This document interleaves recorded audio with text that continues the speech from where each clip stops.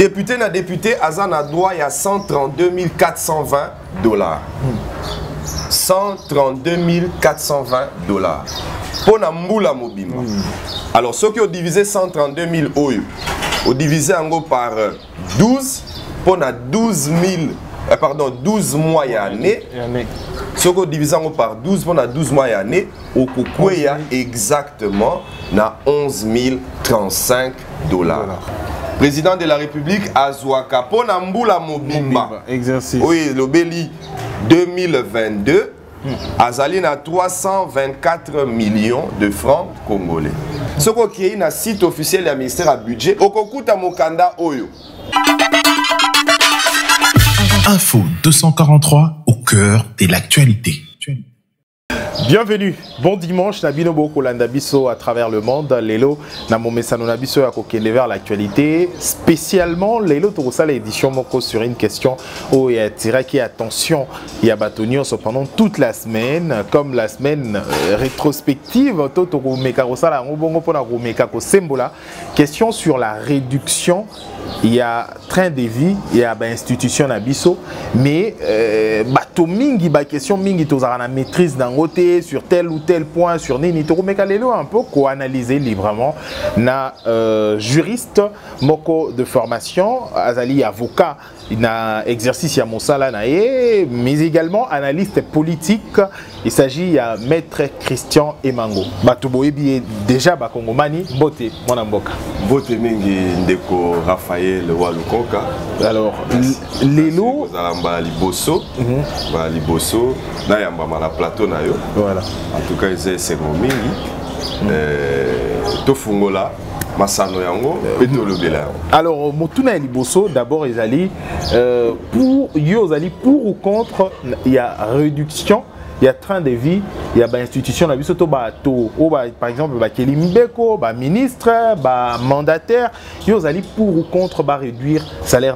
Connaissant la réalité, il y a Bisso, Nakati Amboka na Bisso, ils allaient pour ou contre réduire.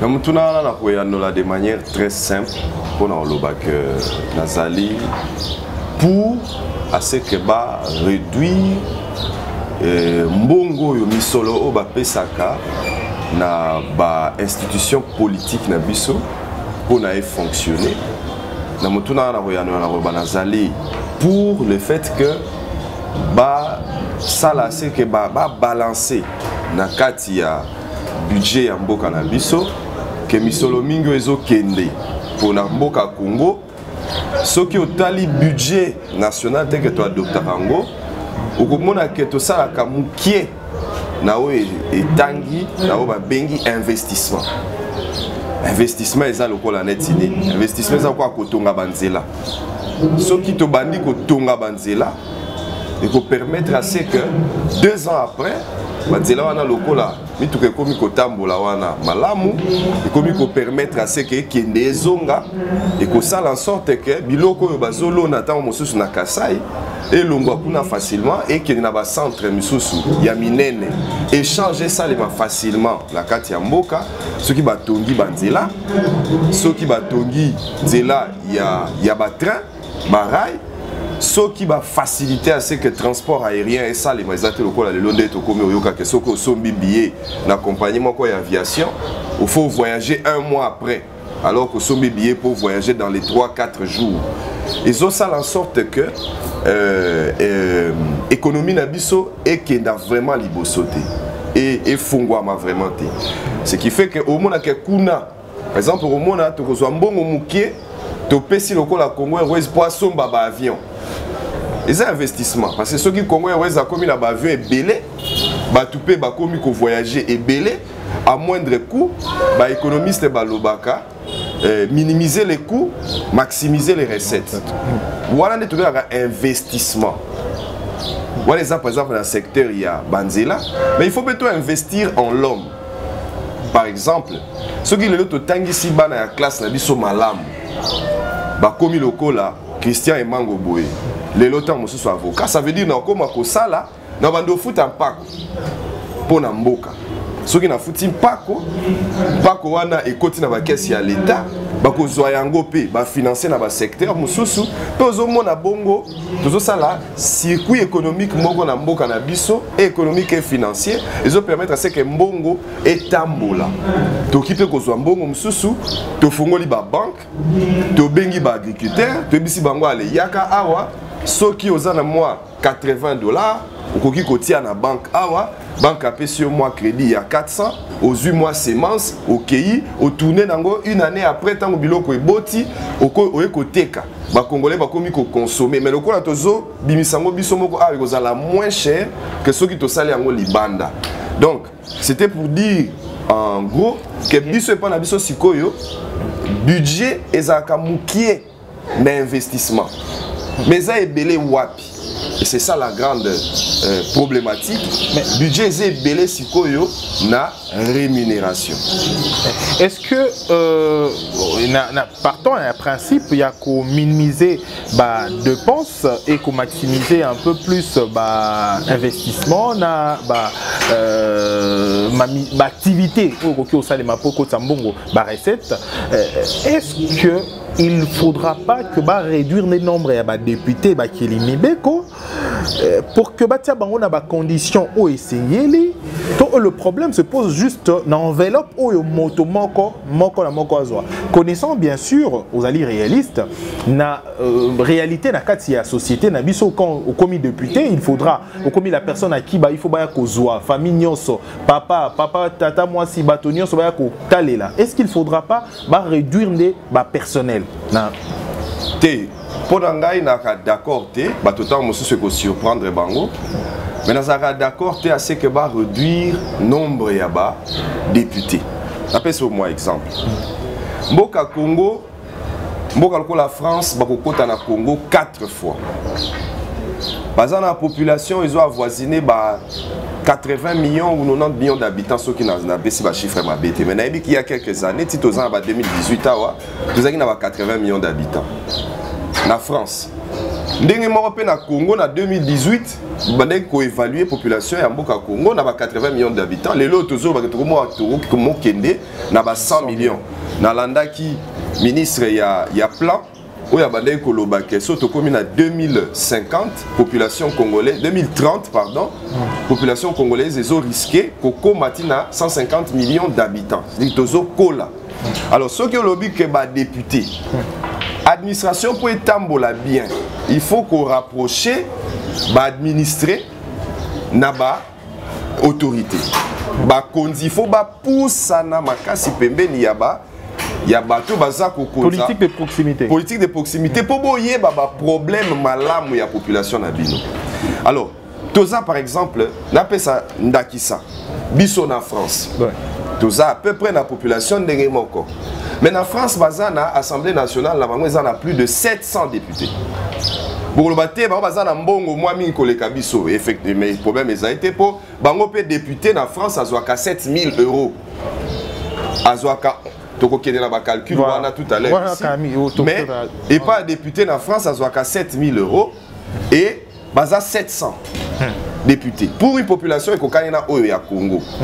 Territoire na bango pe zamukie par rapport à biso parce que la même distance qu'on parcourir pour na base na yo na France et ça la même distance qu'on parcourir pour na base na yo na Congo. À ce moment que tu réduire nombre de députés tu couper ça passe. Voilà il faut tous honnête. Tu couper ça passe dans fonctionnement il y a Assemblée nationale na biso. Na pe ça bien exemple. Tout ça là ba calcul. On a ligne vraiment pour que la minité à tout ça na rentrée parlementaire et ça session en septembre ba lobaka yango et ça d'ailleurs constitution que ça essentiellement budgétaire. Il faut qu'il y ait un calcul. Ce qui est au Sali, par exemple, 100 millions d'habitants au Zanango Sikoyo.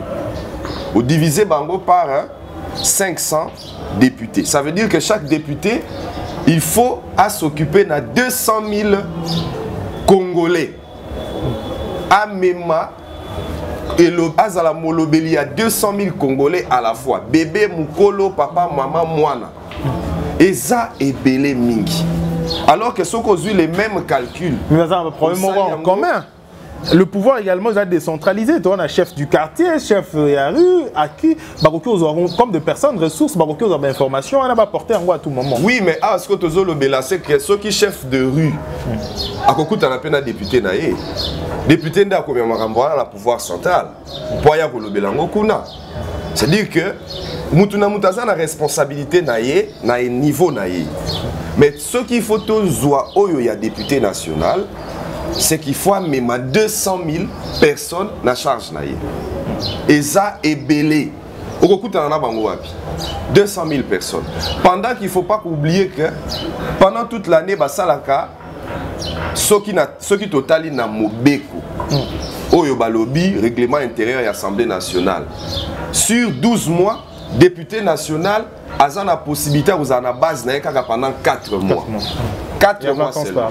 Est-ce qu'en 4 mois, divisé 4 mois à vacances parlementaires, divisé par 200 000 personnes, mais au latin, au travail, au la possibilité de faire vraiment dans Mozindo, il y a des électeurs. D'où, moi j'estime que ce qu'il faut que tu réduire le nombre de députés. Tu risques par exemple ceux qui vont réduire le 500 comme on a 250, c'est-à-dire chaque député comme ce que fois 400 000 personnes. En Chine, Bazali, plus d'1 milliard. Assemblée nationale Nabango, ils ont 3 000 députés. 3 000 députés. Tout ça, c'est pour éviter à ce que la population est belée, la problème est belé. Tant que les gens dans l'Assemblée pour que la problème moko wana. D'où, plutôt pour moi, il faut que le nombre wana est vimba. Et pas réduire mon solo. Mais si on ne faut pas réduire mon solo na bango. Alors, na spéculation, rumeur pendant toute une semaine sur émolument, il y a des députés, taux salaire, il y a des députés, mongo ba député bazoaka à la fin du mois. Aux alliés, mon analyse politique, on parle de 21 000 $. Certains fichent des pays à 7 000 $. Comment d'abord cette question va aborder personnellement? Du point de vue théorique, du point de vue pratique. Parce que les Congolais, depuis que le Cambodge a 21 millions et bandits, mingi nanazolo babosolo nanazo kosa mais ito ke na du point de vue théorique ngai moko na leraki na mwa bitando eke na moni pe ba réaction ya ba population na ba réaction ya ba acteur o bango moko baza na kati ya assemblée ya yambo na ngina ebisa na bato boye tolo bandenge na lingala tolobaka makambo nazoloba na fondé yango te. C'est-à-dire makambo nazoloba ngai tende mutu na créer yango te ezanga ite makambo nazoloba oyo eza na document moko ba eza document officiel na puiser ba information na ngai na bilokota lokota te na balabala na puiser ba information na ngai na document oyo l'État congolais yemoko nde mutu a bimisa yango. Document yango yeni. Document yango yo babengaka yango loi de finances, c'est-à-dire budget ya mboka Congo. Eza nini? Il y a 2022 yango yo. Loi de finances numéro 21/029 du 31 décembre 2021 pour l'exercice 2020. Donc vous avez oyo toza en cours. Alors, sur cette question, alors, il y a émolument un député. Nalobi bien na bandeli lisusu eza officiel. Eza te na lokoti na balabala. Émolument ya ba député po yeba yango. Eza likambo ya secrétaire congolais nyonso. Et d'ailleurs, ngana zo tambola nango eza en dur. Lelo yo est comme facile. Ba nouvelle technologie de la communication. Soko kei na site ya ministère ya budget. Ngaite mutu na fondé na créer yango. Ngaite mutu na sali makambwana.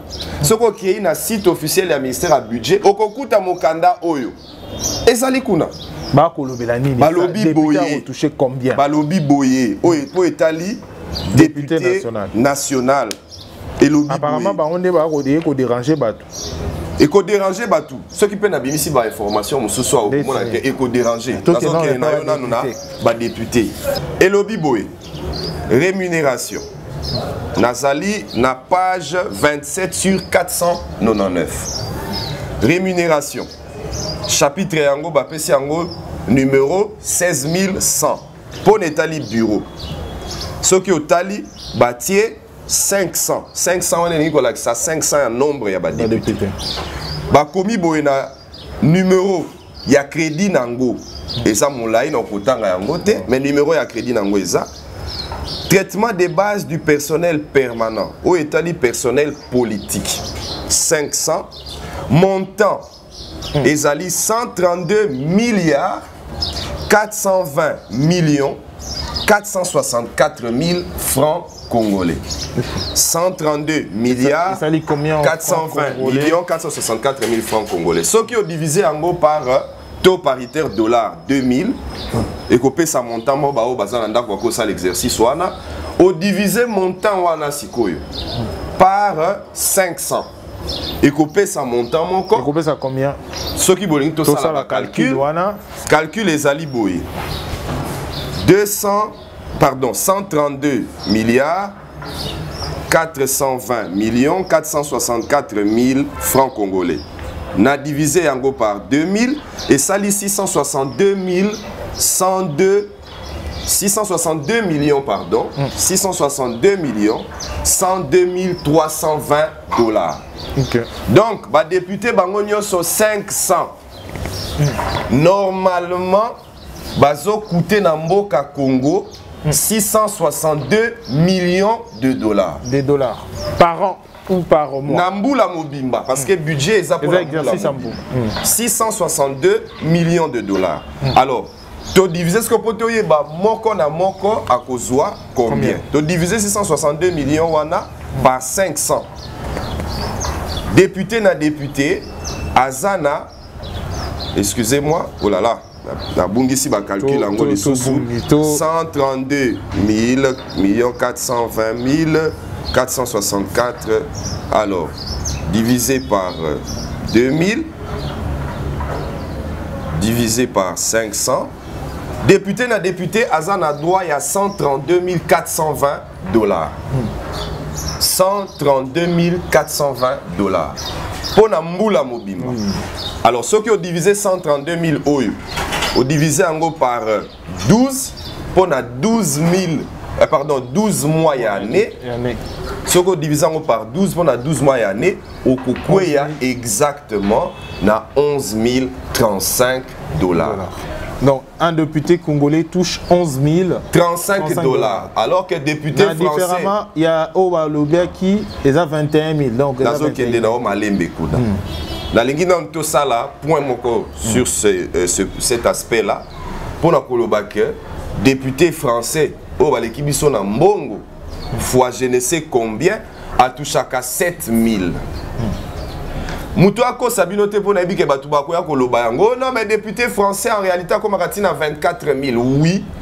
Mais à Komaka, oui, à Komakatina 24 000, les aïe à poche na été. Et ça pour na fonctionnement na yé, activité na yé, parce que député français, Azan a droit à 3 assistants parlementaires. Bisson a Kongo à Kamoko. Et ceux qui va passer un bon assistant parlementaire, il y a 24 000, le Congolais a touché à 11 000. Député, ça la différence entre salaire brut et le fonctionnement. Par exemple, par exemple, il y a le président de la République. Tokenda.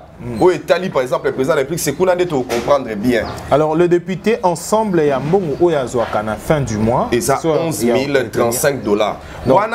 Sur le plan théorique, ça veut dire budget. Certains parlent de invisibles. Est-ce que la loi de finances va invisible? C'est pas défini? Si, dans la loi de finances, invisible il y a 2 catégories. Okay. Je veux dire, invisible il y a 2 catégories. Et ça, effectivement dans la loi des finances. Missou Suezali. Dans la loi des finances. Rubrique 16 208.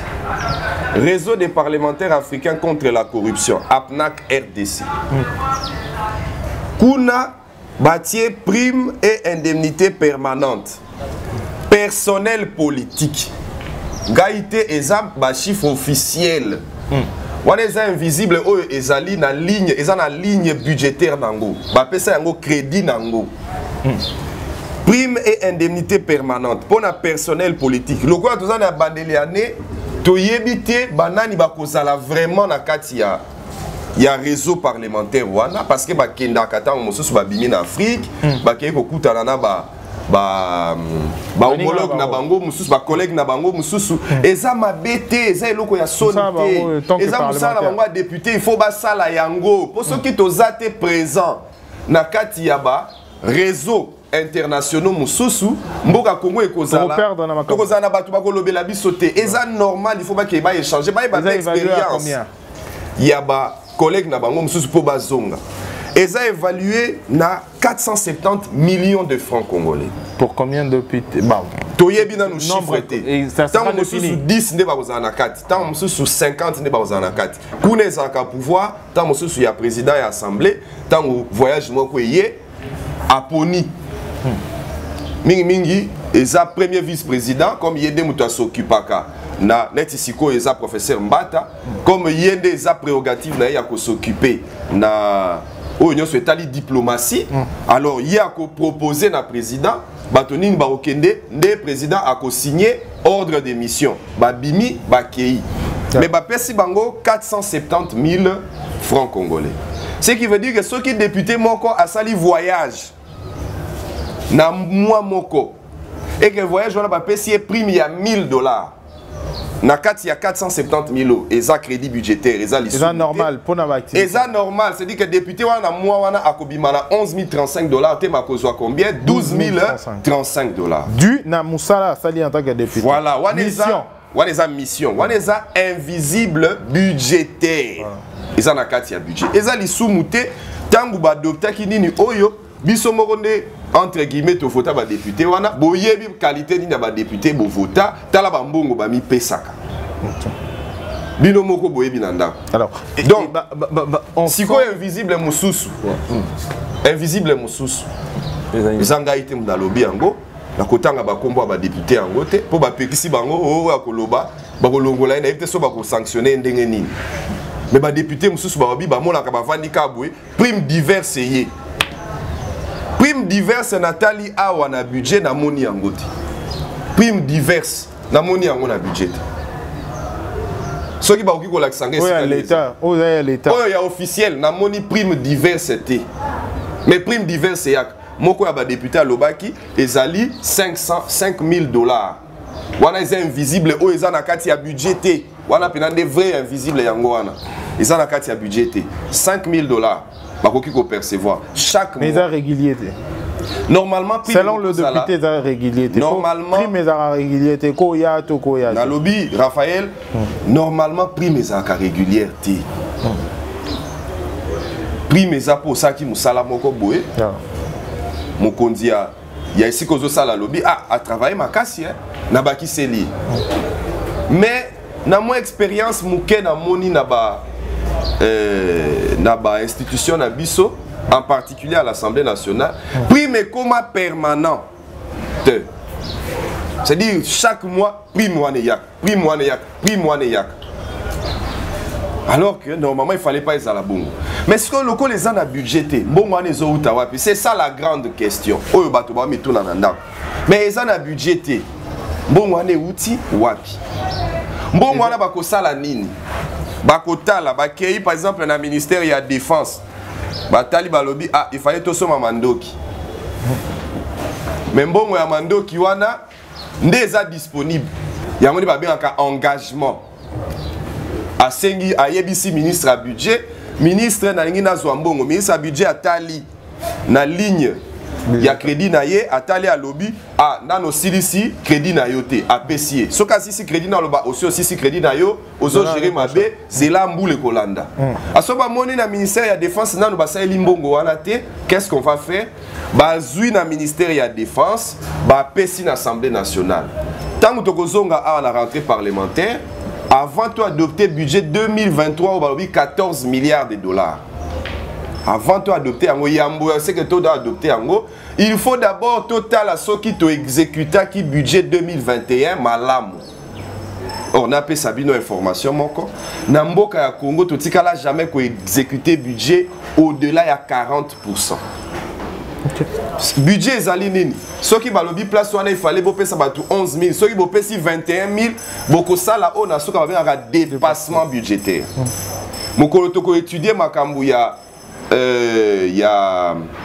loi sur la reddition des comptes ndenge nini ba o ba benga bato bazo saela mosolo ya congolais nyonso ndeni ba saeli yango okomona tokoya na mukanda wana et la loi sur la reddition des comptes okomona que plus de 60% ya ba compte ya l'état et kozala en dépassement yango ana budget tokoka ko exécuter yango te au-delà ya 40%. Ba chiffre wana ezanga été mtunazanango. Alors, eza publié dans le ministère. Alors, Tuna Bakongomani, ezali également sur question éthique elle a toujours suspendu en l'air comme ça. Il y a Makambo, Matali, salaire, Motouya salaire à président de la République. Est-ce qu'ils ont la loi de finances? Ils ont dit combien le salaire à président de la République? Ndenge moko pona ba député national. Ezali secrétaire. Kongomani nyonso esika azali akota na site ya ministère ya budget ata la kokuta mukanda oyo. Pour ceux qui d'ailleurs ministère ya budget a publié yango te, lokola biso message la banyongo ya FMI ya Banque mondiale ya ni ba opesa biso te. Ezali parmi ba critères ya transparence. Ezali Boni président de la République azwaka Nambula. Ezali secrétaire. Ezali ngai Christian Emangote de mutu na ye koloba yango non. Ezali na mukanda ya l'État. Président de la République azwaka mbongo oyo. Esengeli to sala différence. Président de la République a bénéficié à Kanandenge ya misolo na deux sources ya mbongo. Pona président de la République, traitement de base du personnel permanent. Nazali na chapitre 10-100 numéro ya crédit d'Akokeye Musikate, mais rubrique ezali rubrique 36-611. Traitement de personnel de base, traitement de base du personnel permanent, personnel politique 1 et le personnel politique en gros 1 ezali évalué à 324 millions de francs congolais.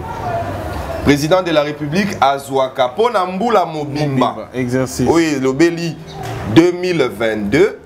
Azali na 324 millions de francs congolais. 324 millions. 3, 2, 4, 0, 0, 0. Donc 6 0 na 6. Na mois.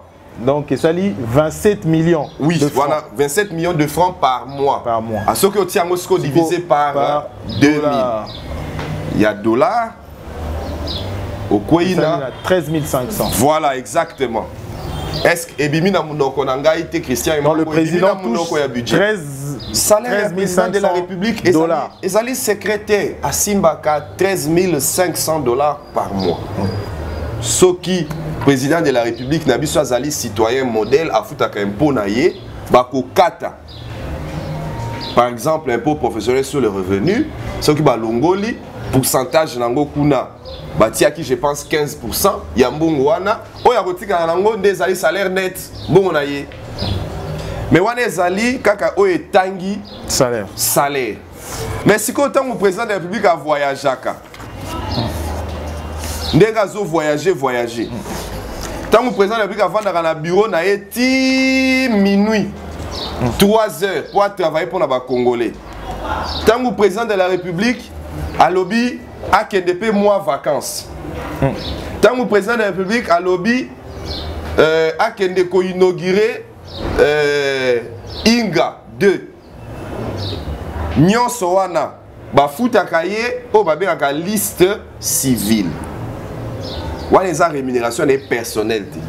Voilà les liste civile. Liste civile n'est pas pour le fonctionnement y président. Na lobby à cabinet T, na zoloba y a moko président. Il y a cabinet ça prévu. na lobby ya Yemoko président de la République. Ezali évalué, liste civile est évaluée à 23 milliards 917 millions 887 732 francs. 23 milliards 917 23 milliards 917 millions 887 732 francs congolais. 887 732 francs congolais. Alors, tout ça on a en dollars. Tout divisé 23 milliards 917 23 milliards 917 millions 887 732 francs congolais. Tout ça on a en dollars. 23 milliards 917 millions 887 732 francs congolais. Ce qui est divisé par 2000, ça veut dire président de la République, pour Namboula Mobimba, il y a 2022, où est la liste civile, c'est-à-dire fonctionnement, Azana doit, il y a 11 958 943 dollars, c'est-à-dire à peu près 12 millions de dollars. Pour le président de la République. Par an. Namboula Mobimba. Bongo siko na moi. 11 958 000. Donc ceux qui te bakisika a eu une histoire, il y a 2000 dollars awa, tu continues à 12 millions. Ceux qui te tiennent à moi, tu diviser mon temps wana divisé par 12. Donc président de la République pour le fonctionnement na yekaka. A Ganyaka. Fonctionnement na président de la République, chiffre à moi, Sangamato, il passe. Et soit nanda qu'on habite ce que si vous commis déjà dans le calcul. Ou y a la maternelle, moi na ko bunga. Ce qui moi la maternelle, ça va calculer à bungi. La primaire pas koki au bunga. Mais président de la République, par mois, a consommé na RDC 996 578 dollars. Par mois, le président de la République en RDC a consommé Kamboka 996 578 dollars. Bakissa 13 500. Donc, président de la République, pour le fonctionnement, 13 500 faut Bakissa, 12 500 pour Bakissa, déjà 2000. Na likolo. Na longola qui n'a tchaki 2000 wanate. Donc, président de la République, pour le fonctionnement, Nambongo et Kota la poche directement. Ce qui a béli moi Mobimba, ça qui voyage, ça qui est l'autre côté. Wana 11 000 wana to simba ngote. Mais Abela te à cause de 13 500 naé. À ce to sali sommation à Nyon Soana, président de la République à Komaka. Na ba fonctionnement ba avion banil et ko consommer mboka 1 10 078 dollars par franc par mois. Par mois. 1 10 078 dollars par mois. C'est-à-dire au président déplacé aux situations sécuritaires, au nani. 1 10 078 dollars par rapport aux États-Unis, où le président de la République, il a beaucoup d'argent pour le président de la République. Surtout des mines à sécurité dans les temps où il déplacer et toutes ces activités. Yango bon la président de la République na mboka wana yomoko tudi motuna yomoko pesipe réponse. Mais c'est cet argent, on a appelé ces réponses, à conclure en fait, à redéplacer Mingité, mais ça coûte à l'État beaucoup d'argent. Kasi on a l'obité, États-Unis, basant un budget, il y a plus de 1000 milliards de dollars. États-Unis, 1000 milliards de dollars. Tala Bango, tant on a commis Kolanda, moi, mon Makambo aux États-Unis, tant qu'on a Obama Zoko dans le pouvoir. À l'époque, Bazalaka encore na 700 milliards de dollars. C'était en 2008. 700 milliards de dollars. Les lots exponentiellement, bavimbi, l'équipe 1000 milliards. Mais Bazan bon ebele, Bazan misole ebele, Comme baza na politique il y a ko réduire train de vie à l'institution. Comme baza na politique il y a ko ba ko bomba mwa mbongo mokie. Yango po président de la République tambola. Ezalaka pasi. Yango wana même po abima parce que cortège ya le na Congo to za to moni cortège ya Félix Tshisekedi de to bien mi tout que belé. Mais cortège ya Félix Tshisekedi déjà 10 fois moins que cortège ya président des États-Unis. Yango wana bimakata na ndako na ete. Na logistique également. Na logistique po abima basoda il faut batambola déjà sécurité faut ekende. Donc déplacement moko ya président des États-Unis eza na misolo ebele. Yango wana balingi te ke salema mingi. Mais biso peut-être bako ba contexte eza ndenge moko te. Mais ceux qui pour un mariage président de la République il faut ça là aller-retour à Zonga.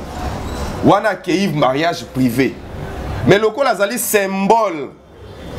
Le col ayenda azali symbole ya mboka Congo. C'est une minute où ceux qui va attaquer Congo et c'est quand liboso bakanisa ko attaquer ezaye. Akoki ko kene mariage privé. Mais ba service il faut qu'il y ait avant. Donc on a quatre budget on a kana mbongo. Eza na kati ya mbongo. Alors comme na mboka na biso ya Congo, bien sûr toko qui est déjà vers la fin édition na biso plus de 45 minutes déjà passé. Je rappelle na bato barozo biso en cours Toyambi Bongo maître Christian Emango, azali juriste ya formation, avocat et exercice ya monsala nae, mais également azali analyste politique. Awa Toyambi étant analyste politique toko lo bato ko analyser les faits et makambo matalimbo cannabis comme c'est un dimanche tozong ça makambo nyonso za la semaine. La question où est attiré kito et retenez qui attention il y a ba Congomani c'est pour cette semaine il y a makambo matali mbongo émolument il y a ba député. Conseil nini personnellement en tant que Congomani parce que Osali peut partir à Bakongo, Congolais. Conseil ni okoko ebisa ba décideur pour la situation en mboka na biso pour que pyramide ouane a renversé parce que ceux qui totali ba bénéficiaire mingi o ba ko bénéficier à la loi des finances dans mon solo na nini bazali ko représenter mokie mingi koleka nombre ya population to na koki kopé ça ba pourcentage mais to ko estimer te to ndimité ba komi 10% il y a 100 millions il y a ba kongomani oyo bazali na mboka na biso Congo ya yambunazo pesa conseil na président Mbosso azo pesa conseil na président Mbosso. Président Mbosso na cabinet na Mobimba. Président Mbata na cabinet na Mobimba. Na suite union souhaitikali, c'est-à-dire les 5 autres membres et bureau et assemblée nationale. Kaka pona bango ba engagea na kati ya ba cabinet na bango. Bato basaka na kati. Au baza personnel politique, il faut qu'on sépare. Na kati ya ba cabinet na bango baza ba personnel politique, baza pe na ba personnel administratif. Personnel administratif wa les amakambo na kolobelate baza kaka 612. Baza kaka 612. Ba consomaka mboka Congo pona année mobimba 7 496 512 7 496 512 333 francs congolais. Mais bango est personnel administratif. Bango ba oké onginda. Administratif et cambozalité. Mais pour le personnel politique, bazali combien? Bazali 2756 personnes. 2756 personnes. La présidence, chiffre officiel, ils ont un budget. Tant que ce temps, ils ont sous mingité. Chiffre officiel, ils ont un budget. Présidence, Bazali 1900. Mais bon, on va aller. Ah, mais présidence, il faut faire ça coûte mouké. Pour présidence, c'est ça qu'à présidence, il y a un gros mot à bien institution. Mais Bazali 1900. N'a pas si tout chiffre était combien va consommer. Mais n'a coupé sa conseil na président Mbosso. Bato bali kuna 2756 personnes. Ngai na lekaka na assemblée nationale tant mosu mikolo nyonso. Na moni bureau oyo koki kokotisa 2700 personnes kuna te. Na moni cabinet oyo eza na capacité ya kokotisa soki to diviser 2700 par 7. Mais bazali décomposer na banini ebele. Bazali bureau ebele. Misusu bazali wapi? Bureau nini? Yo zali mopanzi sango. Kenda Luka président Mbosso na bayi oyaye tuna bango babimisela bino ba liste na bisika ba bureau ya batu oyo bazali 2756 baloba soki bazaka esika nini Parce que na kati ya Assemblée nationale, na kati ya Palais du Peuple, siège ya Assemblée nationale. Ya kokamwa d'ailleurs na moni, Palais du Peuple batonga ki yango pour la culture, mais en face batongi sunda comme sous pour la culture. Ça c'est congolais. Toi bakani nité oya tonga ki liboso oya yena sima a balayer à continuer le comme sous. 2756 personnes, mais bazouaka combien? 35 milliards 850 millions 274 264 francs congolais. 35 milliards 850 millions 274 264 francs congolais. Na ebité ba Congo wani tant monsieur si ba lembi kutuna ba calcul. Parce qu'on a 2000 wana. Non. Et pourtant dans chaque cabinet apparemment il y a beaucoup plus de fictifs. Ndé yangonde motuna 2000 personnes boye ndenge nini 2000 personnes ndenge nini. Est-ce qu'il évolue à cas de 2000 par exemple, c'est une question également bah c'est-à-dire exercice par exemple aux qui est 2018, 2019, 2020. Est-ce que bakisa makababa kababa sarabato to bako bakisa to ezalika ndenge zalaki depuis 1900 et comment depuis 2006 au ba définissant to ba nénion so depuis loi des finances ezalaka bongo. To ali na 2022 soki na ebaki na ngaki na mema loi des finances pour l'exercice 2021, tu as quitté comparer. Les années demandées. Tu as quitté comparer. Le cola toza nangwa wate, donc qui copie sa information il y a le kutate, donc il peut spéculer. Mais en termes il y a musala nengezalaka. Est-ce que il variaka ba chiffre ba kisamaka par exemple les personnel beaucoup ba kisa. Oui, na personne d'akisa. Na personne d'akisa. Lobiawa président de la République Aoti Kotiaba mandataire Yassika. Mais dans ce qui est information, na Fonds de promotion des investissements, FPI, personnel et Vimbi, à plus de 80 personnes, il y a Obakuta Kiwana. Na FPI, depuis que mandataire Oyo intérimaire à côté. Intérimaire à combien au Tsabat? Intérimaire, balobi que personnel est commis plus de 80 personnes. Mais bâtiment ya FPI on a soboza déjà 80. Bokozala, botondi place eza sous te so babaki si sous 80 mususu. Batu ba revanda wapi. Donc musala nini pe basalaka. Batu ba revanda kutu likambute. Mais musala nini basalaka. Oh liboso bazaki te. Oh liboso ezaki wana et sera que vacances, albabi to côte sa misusu. Et effectivement, chaque année mataka. Ce qui fait que Okomona awa financement et fonds de promotion des investissements et zali. Okomona qu'en termes il personnel et mati. Alors, est-ce que, une question également, tant au début, Makambo, il y a FPI, est-ce que Monto Azali est intérimaire, est-ce qu'il sur le plan légal, sur le plan des droits, est-ce qu'il y a Akoki Kobaki Sabato, Toko Longo la Monto? D'abord, Tozaki, Tozan a problème, moi, quoi, ouais, pas la biso. Intérim et les Kakabamboula, Sanza, Ndenge Lingi, Naebisayo, Ndeko Raphaël, intérimaire, Koti Basali, à peu près une année, ou un peu plus. Si quoi Tozaki na situation nini ndenge baotiko heureusement ba nommé ba permanent siko mais toi qui na situation nini lokola ba oyo ba longolaki ba qui suspendu moto aza suspendu a continuer ko bénéficier na ba avantage na ye oyo ba longoli libela nde asili ba avantage esili mais moto aza qui suspendu a ko continuer ko bénéficier na ba avantage na ye or soki totali malamu oyo ba administrateur pour certaines entreprises publiques bazouaka. Pour certaines entreprises publiques. Et ça a une histoire il y a $60 000. Donc le la banda ko futa bango 6, 3 oyo bazali en fonction. Na 3 oyo bazali suspendu. Mboka Congo est comme ko dépenser une histoire il y a $120 000 le mois. Pour na ba administrateur, na ba entreprise publique oyo ba tiak ba suspenda ki msusu.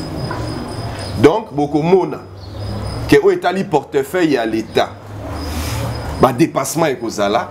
Tant que ça, la reddition de compte na session parlementaire 2023. Donc, étudier budget 2022 et tu se rendre compte que dépassement et cause-là. Parce que dépense mon que salami kuna o ezaki prévu té. Voilà. Tokomi na souka édition na biso, merci maître Christian Emango. To recueil ça va congomani nini en dernier lieu pour tout ça terme na édition. Na si ça qui na conseil te loba qui na pesa na bakonzi. To lobi réduction du train de vie. Président Mbosso diminuer 2700 et qui mingi. Il faut qu'on quitte ça. Papa Félix Tshisekedi 1900 et qui mingi. Yo moko pesa qui promesse au lobaki que oko banda au niveau de la présidence pour na quitter ça. Kuna pe il faut qu'on quitte ça. Mais toujours c'est qu'on diminue pour na plaisir ya ko ça qu'on diminue. Ce qui est diminué avantage nango c'est que rentrée scolaire yango ezo salema. Jean Bosco Punaye wana abandi isusu makamunaye grève. Tony Mwaba na apprendre que bokendaki isusu mbwela lodge. Maintenant mi tuna kana mboka oyo pona nini pona ko sala likosolola na ba syndicaliste il faut ka ko kende mbwela lodge. Nazo sala publicité mabe ya mbwela lodge te. Mais ils ont coûté cher. Mais na ministère ya sport. Pour la réduction du train de vie à l'institution. Ils ont un partenariat apparemment. Ministère ya sport sur financement propre ya gouvernement congolais. Et ça FIFA TDMTP Simbong. Pour la bêta généraux ya sport. Bakei 150 na mbwela lodge. Pour 6 jours et si là qui mokolo ya lobby. 150 personnes. Vous imaginez un peu, vous savez la nuit à mbwela lodge coûtera combien? Je suppose que 150 personnes moto la mutu et ça déjà $1000 pour na en charge na restauration na pour na kolala par jour. Je suppose que pour les 6 jours c'est $100 par jour. $100 par jour. $150 par jour. $100 par jour. Ce qu'on sali x 6. Ce qu'on tali pe ba perdiem ya batu bakoya ko animé. Donc aux environ à $1000 par personne par jour. $150,000 dépensés quand pour na ça la bêta généraux il y a sport. Oui mais il y a lobby $150,000 un état qui veut faire quelque chose. Alors pour la nini copé s'enseignant $200. $250. L'enseignant bah il combien? Prime il y a gratuité, j'ai appris que prime il y a gratuité et paie sa maca pour na école au ESA à centre-ville dans l'intérieur 30 000 francs prime il y a gratuité 30 000 francs. Est-ce que vous avez que na collège Boboto gratuité à raté? Kuna gratuité à raté pour ma professeur Baboya. Na école ebelé à Gombe awa gratuité à raté ba parents d'ailleurs ba billet yango balatisa yango lamba ba obité ya ko somba na nos fournitures. Ce que sombi fourniture au déficit ba professeur Mbongo. Professeur wako zongi sambongo ndengeni. Yango tokomaka koyoka mikolo misusu wake ba professeur komaki obenge na ndaku alie fufu esili ake kopesa mwana point. Gouvernement zo sala ndenge nyonso pour que enseignant akoma chosifié. Enseignants zale sous na personnalité té. Mais on fait dépenser pour les états généraux ya sport. Tokei kutu musika pour na enseignant et bongo awa bana na biso basi. Si tu as qui bazaki disqualifié, kaka po bazaki moyen ko voyager té. Mais $150,000 et qu'il na bango aller-retour. Alors, Tokomi na souka édition na biso, merci maître Christian Emango, merci naba Kongomani Nyoso Bola Debiso à travers le monde sur Info 243 Tokutani. Prochainement pour la édition Moussousou, partout beaucoup la biso, bon dimanche Nabino et pour la Kobanda semaine, Otoro Banda Lobby déjà, bon début de semaine. Au revoir. Info 243 au cœur de l'actualité.